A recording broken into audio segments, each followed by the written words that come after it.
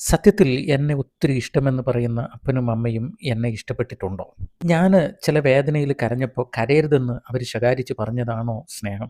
എന്നിട്ടും എനിക്കെൻ്റെ നിയന്ത്രണം കിട്ടാതെ ഞാൻ കരഞ്ഞപ്പോൾ എന്നെ വീണ്ടും തല്ലിയും കരഞ്ഞതിൻ്റെ പേരിൽ ശിക്ഷിച്ചും വീണ്ടും വീണ്ടും കരയിപ്പിച്ചതാണോ അവരെന്നോട് കാണിച്ച സ്നേഹം? മാർക്ക് കുറഞ്ഞതിൻ്റെ പേരിൽ വഴക്ക് പറഞ്ഞും കുറ്റപ്പെടുത്തിയും എന്നെ മറ്റ് നല്ല കഴിവുള്ള പിള്ളേരുമായി താരതമ്യം ചെയ്തും കളിയാക്കിയതാണോ അവർക്കെന്നോടുള്ള സ്നേഹം? എൻ്റെ ശരീരം അല്പം തടിച്ചു പോയപ്പോഴും, അല്പം മെലിഞ്ഞു പോയപ്പോഴും, അല്പം കറുത്തു പോയപ്പോഴും എന്നെ നോക്കി അവർ കളിയാക്കി. അതാണോ അവരെന്നോട് കാണിച്ച സ്നേഹം?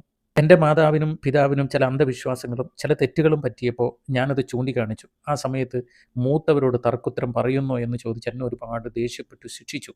അതാണോ സത്യത്തിൽ സ്നേഹം? ചിലതൊക്കെ എൻ്റെ മാതാപിതാക്കൾക്ക് തെറ്റാണെന്ന് തോന്നിയാലും എനിക്ക് ഈ കാലത്ത് ശരിയെന്ന് തോന്നിയത് ഞാൻ അവരോട് പറഞ്ഞു. പക്ഷേ അവരാ ശരികളെ ഒന്നും അംഗീകരിച്ചില്ല. അവര് പറയുന്നത് മാത്രമാണ് ശരി എന്ന് പറഞ്ഞ് തർക്കുത്തരം പറഞ്ഞുകൊണ്ടിരുന്നു. ഇതാണോ സ്നേഹം? എനിക്കൊരു കാര്യം മനസ്സിലായിട്ടുണ്ട്.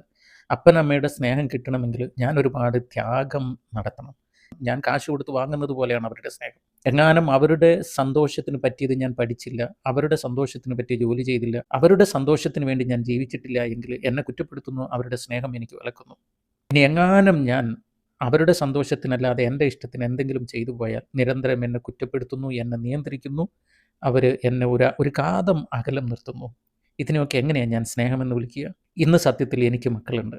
എൻ്റെ മക്കൾ വളർന്നു വലുതായി കഴിഞ്ഞ് എൻ്റെ മാതാപിതാക്കൾ എന്നെ എങ്ങനെ നിയന്ത്രിച്ചോ അതുപോലെ ഞാൻ എൻ്റെ മക്കളെ നിയന്ത്രിക്കാൻ തുടങ്ങുമ്പോഴാണ് സത്യത്തിൽ മാതാപിതാക്കൾ സ്നേഹം പ്രകടിപ്പിക്കുമ്പോൾ എങ്ങനെയാകണമെന്ന് ഞാൻ തിരിച്ചറിയുന്നത്.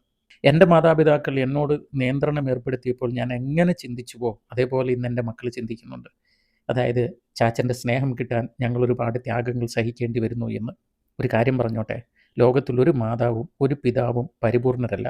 എങ്കിലും മക്കളുടെ കഷ്ടപ്പാടിൻ്റെ സമയത്ത് അവരെ കുറ്റപ്പെടുത്താതെ, ഒറ്റപ്പെടുത്താതെ, അവരുടെ വിഷമങ്ങളിൽ അവരെ ശിക്ഷിക്കാതെ, അവരുടെ നാണക്കേടുകളിൽ അവരെ കൊച്ചാക്കാതെ, അവരുടെ സ്ഥാനത്ത് നിന്നും അവരെ മനസ്സിലാക്കി അവരെ സ്നേഹിക്കാൻ ഒരുപാട് വഴികളുണ്ട്.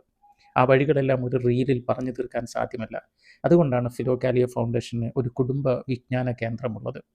വളരെ മനോഹരമായ നാട്ടിൽ, അതും അതിരപ്പള്ളി വാട്ടർഫോളിനോട് അടുത്തായിട്ട് നിങ്ങൾക്ക് വന്ന് താമസിക്കാൻ പറ്റുന്ന നല്ല റൂമുകൾ, നല്ല പഴവർഗ്ഗങ്ങളുള്ള തോട്ടം, എന്താ പറയുക, നാച്ചുറൽ സ്വിമ്മിംഗ് പൂളായിട്ട് കുളങ്ങളും അതുപോലെ തന്നെ തോടുകളും അരുവികളുമൊക്കെ. 2 3 ദിവസം വന്ന് താമസിച്ച് കുടുംബ അറിവ് നേടി പോകാൻ പറ്റിയ സ്ഥലം.